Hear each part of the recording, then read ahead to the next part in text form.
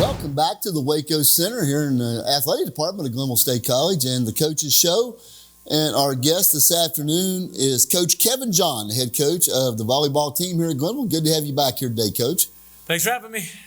Tell you what, coming off another week of action, a couple more Mountain East contests. I know going through the league, it's your first time getting everybody, since you've, taken over here this season.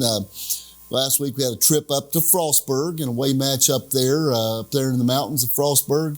Had a good Fairmont team, came here Friday night, and we, put a couple sets where we put over 20 points on the board against them. What are your takeaways from these two matches last week?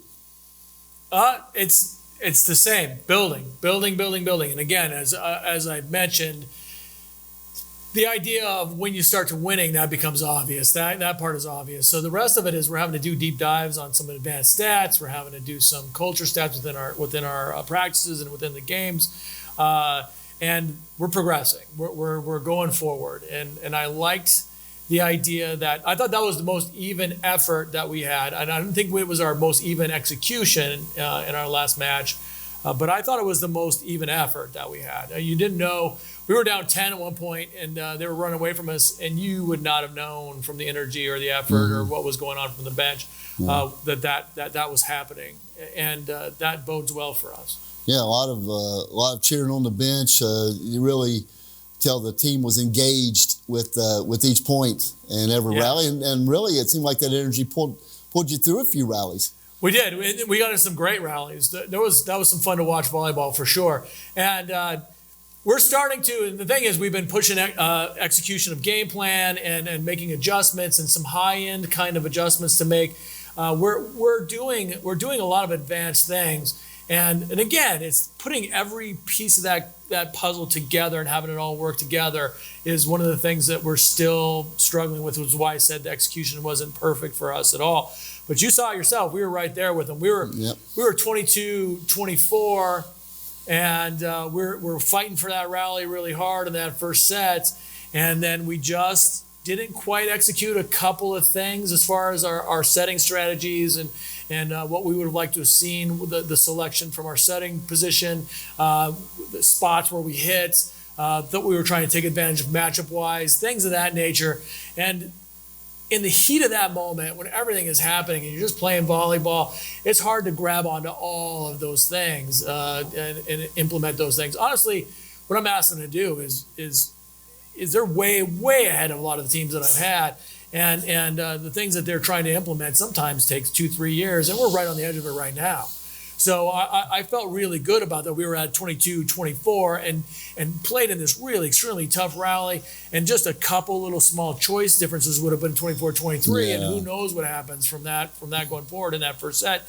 You grab that first set, you never know what happens in those situations. They can change people's outset, their mindset. They can go, no, look out. Yeah. You just don't know. And I just think we're just right there. We just need a couple other things to go another way for us to be able to think just a little more quickly within those situations. But now the culture is where we need it to be. We're coachable. We're working really hard on fixing all of that stuff. I think we'll be great. I think we'll be fine. Yeah, a couple matches this year where we came close at the end of that first set. Right. It was homecoming festivities Friday night. Good crowd in here. A lot of alums and faculty. For the crowd that we had here to have a performance where there were so many positives. I mean, tell me what that meant for the program. And that's one of the things that I said at the very beginning, that this would be fun volleyball to watch. And overall, I think that's true. But we haven't got to show that fun volleyball in front of a lot of enthusiastic people. And I think early in that set, we weren't infecting the crowd yet. They weren't super energy. They weren't super over the top. And then by the middle, 2/3 through that first set, you said yourself, the bench was going nuts. People are stomping around and going crazy and having fun. I felt like we infected the crowd, and then it started going back and forth. The crowd started getting loud. It started being a lot of fun in that gym, and I really enjoyed it. I really enjoyed what the crowd was giving us and what we were giving back, and it just felt like it was a shared experience. It was a lot of fun for the athletes and hopefully for them as well. Yeah, absolutely. 2 weeks ago we had 3 matches at home. Had a homestand. Now, going to have a little bit of a road trip, going different directions for some road matches this week. Talk about the challenges that are ahead of you this week. Oh, absolutely. Well, we got the second time around for D&E, so we get them right off the bat. One of the best teams in the conference. 8-1 in the league. Yeah. Got two really high-end athletes. Their right side and outside hitter are really tough to stand in front of and do much about. I felt like we got into them okay with our game plan last time, and I think that our experience is going to help us a great deal when we play them again. Just a tough team. And then, of course, all three are on the road, of course, and then we're heading up to Ohio for Notre Dame, and first time getting to see them, and then getting some North Division action, and then we come back the next day, real quick turnaround to get AB after that. So that quick turnaround is going to make game planning for those two first interactions a little bit of a challenge. That's something we're looking forward to after the D&E match on Tuesday.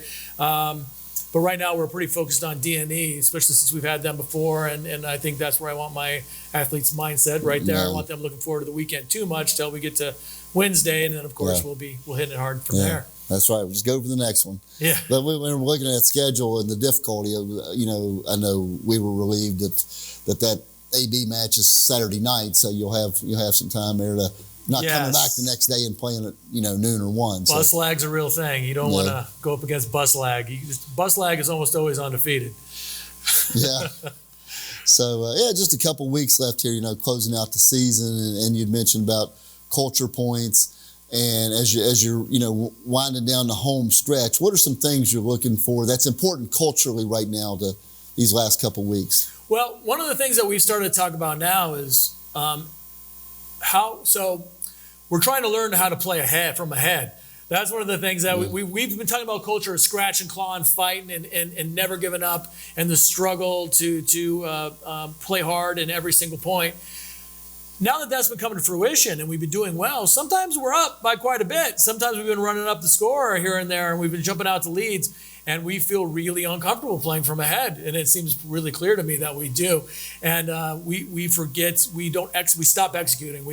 It's the idea of if you have routine headaches and you take an aspirin and you're like, well, I don't need to take these aspirin anymore because I don't have a headache anymore. Well, the problem is that the aspirin was helping you with the headache. So we tend to jump out of those game plans and stuff sometimes when we're having success. Sometimes we lose our focus a little bit, get a little excited about being ahead, and then we forget the fact that the aspirin was the thing that was helping us get ahead in the first place. So that's kind of what we need to do, is learn how to stay focused now when we're ahead. I think we do a pretty good job of behind now, and now it's the idea of learning to stay in the now when we're leading. Fear of success, the no, we might win kind of syndrome. We're working on that right now, and that's going to be a big one for me. How we respond to being ahead. Yeah.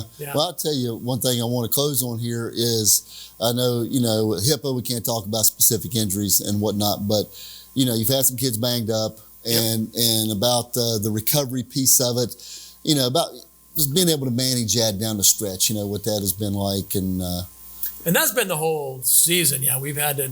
I think you've noticed we haven't had much of a same lineup throughout the entire year.